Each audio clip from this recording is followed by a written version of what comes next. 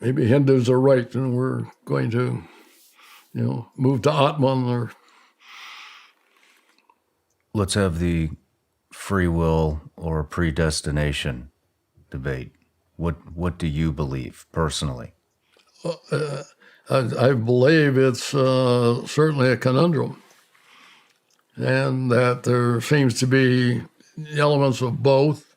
It appears as if that what you're having is, again, certain lessons are provided, and hopefully you will choose an evolutionary path that will help you, and you might not have to come back and do that again. You certainly, when you get into one of the big ones, I was talking to one of the main researchers just the other day, and of course the instant one that comes up in both of our backgrounds is why war. And sort of the bottom line is because you need it, because of the souls that have to evolve, that pay for what you did, and lives taken, and bad things done, as opposed to, as I think we both know, there are opportunities for great good in war. I mean, people do very heroic things that are, self-sacrificing and things of that nature. But on the other things, some very bad things happen too. Mm-hmm. Mm-hmm. What do you think happens when you die? Well, I can say, again, I hate to get into this with, because I don't want to interfere with people's religious beliefs. I would say the evidence is overwhelming that consciousness continues in some form. Now, the question is what form? And I think the biggest issue, sort of unresolved, does consciousness survive or does personality survive, which are different issues. I mean, some would say you merge into a greater essence, generic consciousness per se. Having said that, we, again, working with mediums, when they report from discarnate people and accurately on, seem to be aware of what's going on in life, and they describe, well, I was this, I was sick, I had this happen. It's all the physical attributes of the person as they existed before. So there has to be some connection with personality for them to develop that. That's a good point. The answer is I don't have a good answer for which is which. There are others that I know of. I'll mention one medium that I have great confidence is Suzanne Giesman. I don't know if you know that name at all. But, I don't. Okay, well, Suzanne's a medium. Take hours to get into the whole course there, but she's also a retired Navy commander who is married to a former Navy captain. And she used to be the assistant to the chairman of the Joint Chiefs. And in fact, when I saw her in 9/11, she was with Hugh Shelton. And I saw her give this presentation. Let's see, Hugh and I used to be majors at the same time in the same place. I said he did a lot better than I did.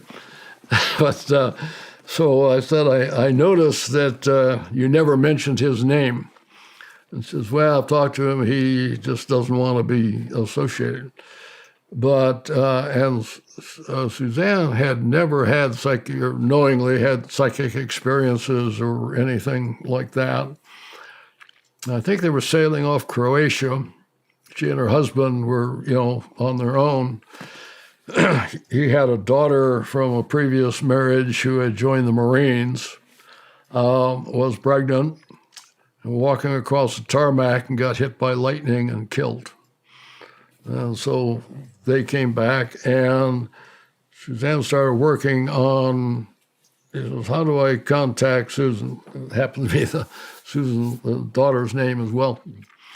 And worked on it, and is now one of the premier she now contacts spirits on a continuous basis and does it for other people, and has one where it merges is she has a group called Sanaya, who reports as a singular entity who is saying they are a collection of spirits who are going to collaborating but come forth as a single one. Now, how you wrap your head around that is, really difficult. But we became friends over, like I say, knowing some of the same people. Her book, what's this to loop back in? Her first book was the Medium and the Doctor, and it was about Anne Gaiman, and Anne is the one who held that fork up that I told you that dropped over that got us interested in PK. Now, how do you interrelate all of those things? I have no idea. Yeah. When you talk about let's so we're in the what happens when you die? Do you return to some type of generic consciousness? What do you personally believe? That's a good question. I'll let you know when I figure it out. I am personally 100% convinced that consciousness continues. Exactly what form that is and all that gets into more difficult territory, certainly. Again, as I said, I was the president of the International Association for Near-Death Studies, and I know most of those key people, and the stories they tell are just stunning. I'll digress into one because there's several, but Mary Neal is one of those. And Mary's a medical doctor, lives in Wyoming. She was in northern Chile kayaking. And what's significant about this case are the physical attributes that cannot be denied. So they're out, it's the last day of their kayaking trip, and she's the last. There's her husband, who normally went with them, did not that day. So she's at the trail end, and they're going over pretty good. Now she's highly qualified and can do Cat 3, Cat 4, no problem, which she does.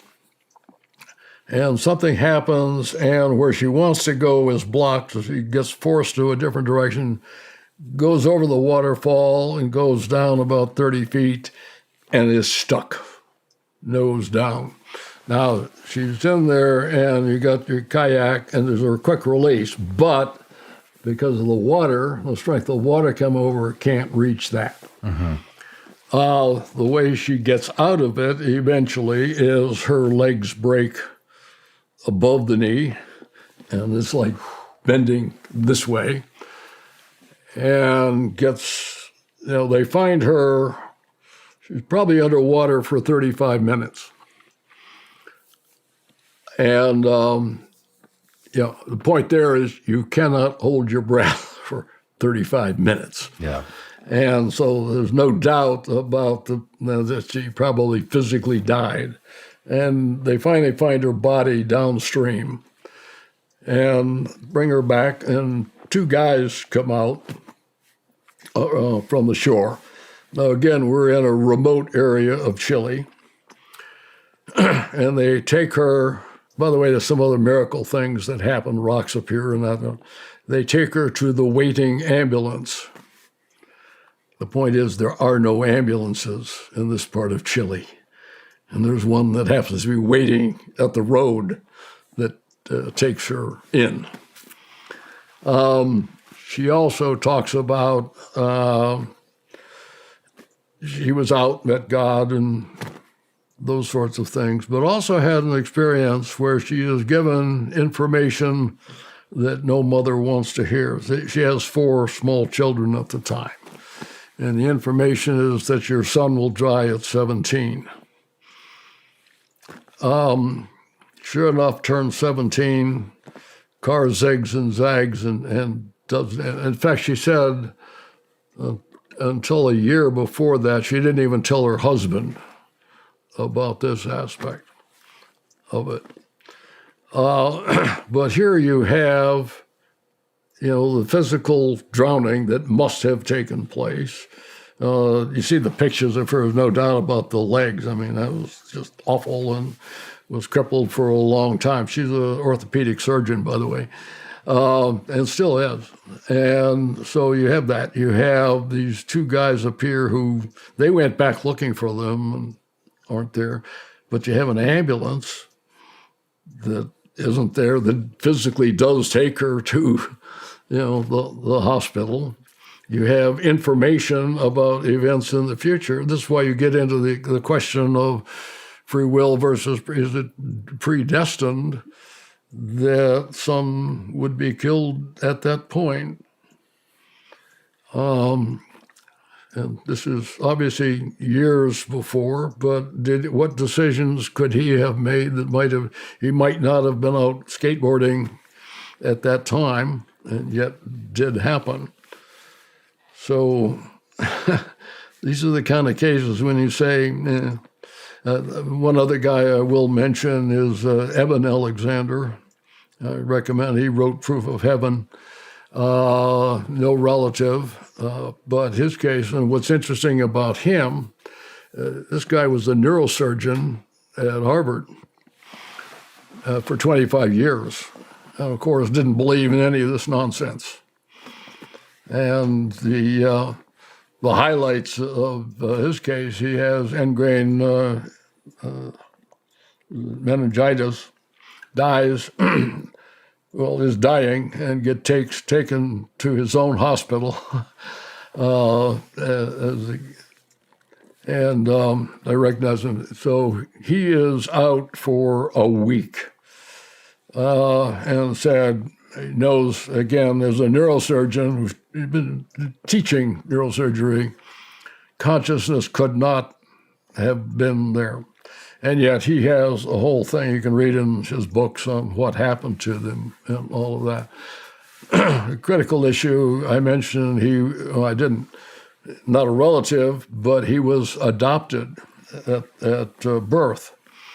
Turns out that his birth parents married after he was adopted and had more children, so he's got physical. While he is out, wherever this is for this week, he has an escort of this female butterfly who takes him around and escorts him through higher realms. And he gets into a very complex thing. One of the reasons you believe in, continuation and, the complexity of the universe. So he revives and comes back. Now, he's never met. The birth parents had never wanted to meet, but he now meets them and finds out that this sister, whom he has never met, and he now sees pictures of her. I think you can see where this is going. That's the guide. Whoa. Yeah.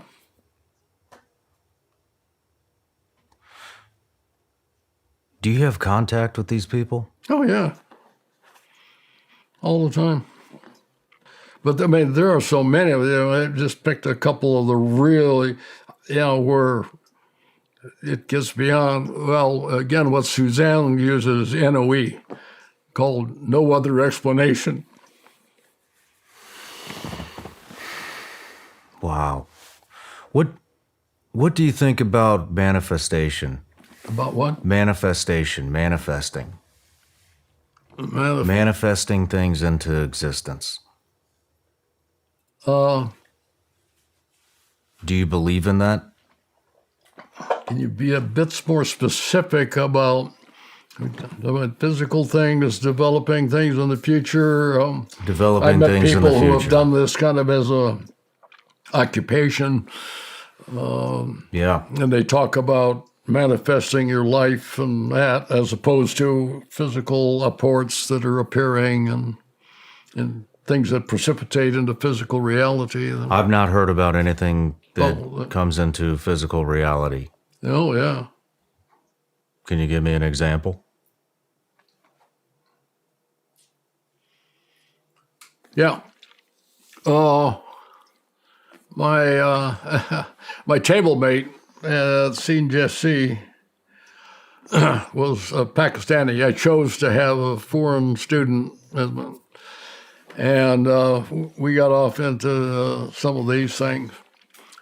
And hopefully I got the case right. But anyway, not sure what the relative, senior relative, older relative that he had, said that where he lived every night, he'd wake up in the morning and there would be money on the sill. By the way, his father, must have been his grandfather, who had a VC. Had fought for the British, actually, VC. I mean, Wow. That's MOH level here. Yep. Yeah. And, but anyway, said that, they would wake up every morning. It wasn't a big amount, just a small amount of money would be there. And then told somebody about it, stopped. But where it came from, how it got there. And now, if you want, well, we can get into things. Well, what happened with us in Mongolia had specific examples of that. I've got them in the drawer. The first one, we were meeting with a shaman bull, and this is up near the Siberian border. We're chasing the reindeer shaman here. But anyway, went in and we did a ceremony, and Victoria and I were the only two foreigners there. Had a few people local. Familiar with the Mongolian gear? So small, I forget how many were there. But he's doing this ceremony, and all of a sudden we hear this, tok, tok, tok, tok, and this thing goes rolling across the floor. So I picked it up, and when I got home, sometime later, I took it down to Hal's place. Hal put a, and they said, "Oh, it's a tektite." Didn't know. No, a tektite is formed by the ejecta from a meteor hitting the ground. Relatively rare, not rare, not diamond rare, but relatively rare. What got my impression most is this thing happens. He says, "Oh, you should keep it," and I'm sure, and it's the local people going, "Oh, wow," looking at it like they've never seen this. So it's not part of his stick, if you will. And again, it's kind of like the voodoo folks. These are people who at a poverty level look up to dirt. So the idea that he's pocketing these things, and could he pocket it and dropped it? Yeah. Did he? I don't think there's any chance that happened. So where did it come from? More spectacular, a number of nights later, we had been out, forget how many nights, it was the eighth night, and we had with these little, pop-up tents that we were using.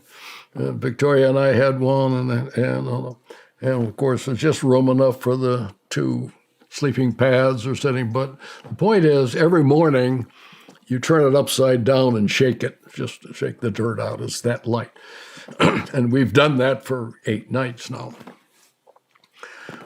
Wake up the next morning, and between our pads is a 50 pence Australian coin. Have no idea. Now remember, we're near Siberia, and this 50 pence Australian coin is lying between our bed. So those are the first-hand kinds of things. Like I'm saying, first-hand experiences. Yeah. I mean, what's that conversation like when you wake up and there's 50 Australian coins? Where did this come from? Yeah. Yeah. Yeah, there's only, we had the driver, we had a local guy, the guy and the driver, I mean, that they slipped it in the middle of the night. Now, probability approaches 0. Yeah. So how do you explain it? I don't know. But I do say I do have that, and I keep it in the safe because these things have a habit of disappearing. It's like when I showed it to Hal, I mean, I physically carried it down there. I'm not going to mail these things around. And, like too many people say, well, lost in the mail or something. But how do you explain this stuff? Don't know. I mean, you have to be thinking about this all the time. All these things that you've witnessed, that you've heard, that you've experienced. I mean, it's just in the couple hours we've been talking, there's dozens. How do you sleep at night? Pretty well most of the time. Yeah. Have you manifested anything? Have you tried to? Try to report, no. Why not? But these things happen. I say these things sort of, well, my main take on it is I don't consider myself psychic per se, but a lot of these things happen around me, seem to be more of a catalyst than just have experienced a lot of them. A lot of strange things have happened.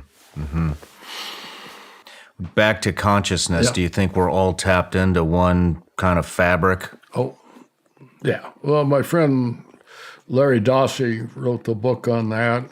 I don't know if you know Larry or not, but he's, again, MD, one of the ones where our paths crossed in a number of areas, but he was actually a medical doctor with the 101st Airborne in Vietnam. So we had, comparable stories there. But yeah, you can read his stories. Yeah, everything is connected. Let's move We back. don't always do the best to, sometimes when they say, what you do hurts you, that sort of look like it's really true. Let's move back into some of your career. Let's move back. How did you get connected with Robert Bigelow? Oh, well, the first time I met him, it was just a handshake sort of thing. John Mack and Dave Pritchard. John Mack is, do you know John? I do not. Oh, in the UFO circles, that's an automatic. John was a Pulitzer Prize winner, medical doctor at Harvard University. A whole story worth knowing. And he had a group studying abduction cases. He's best known. In fact, his book is called Abduction. Dave Pritchard was an optical physicist, again, premier level. And they held a conference at MIT. An interesting thing they might have to come back to is when we arrived at the conference, I was one of the speakers. And I was talking about the relationship between UFOs and near-death experiences. And we all had to sign a statement that we understood it was at MIT, not by MIT. And you fast forward to where I just came from Stanford, and they were very supportive of Gary Nolan's thing at Stanford. I think that's hugely significant. Harvard also has Avi Loeb, whom I met there at Stanford as well, and he's has the astronomy department at Harvard, and they now have the Galileo project that studies it. And so the point is, from an institutional perspective, they have shifted in 30 from years, like, don't mention our name, to, yeah, we can support this. So for Bob, I just briefly met him there. What I did not know at that time is that his son had just died, like within the last 30 days at that juncture.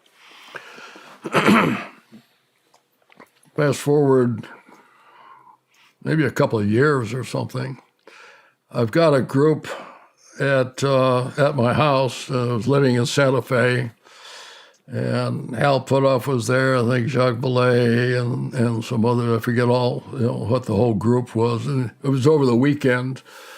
And talking about, this was kind of a follow-on to the Advanced Theoretical Physics project. We did keep in touch even after I retired. And out of the blue, it's Sunday morning, and folks are getting ready to go to Albuquerque to catch their flights. And the phone rings, and it's, "Hi, I'm Bob Bigelow. I've heard about you. You got any projects that'd be of interest?" And so the short answer then was yes. We had another one, some guy that he funded independently. And a short time after that, he came back and he was, he said he wanted to create an institute, which became NIDS. And at the time, we were, the Santa Fe Institute was there, which was primarily in chaos theory. And you had Murray Gell-Mann, who's a Nobel physicist. And on the board were people I knew from MIT, but, kind of at that level of science. And they were the premier institute in physics. By the way, this is another one that crosses over. You read The Lost World. We're talking about Michael Crichton.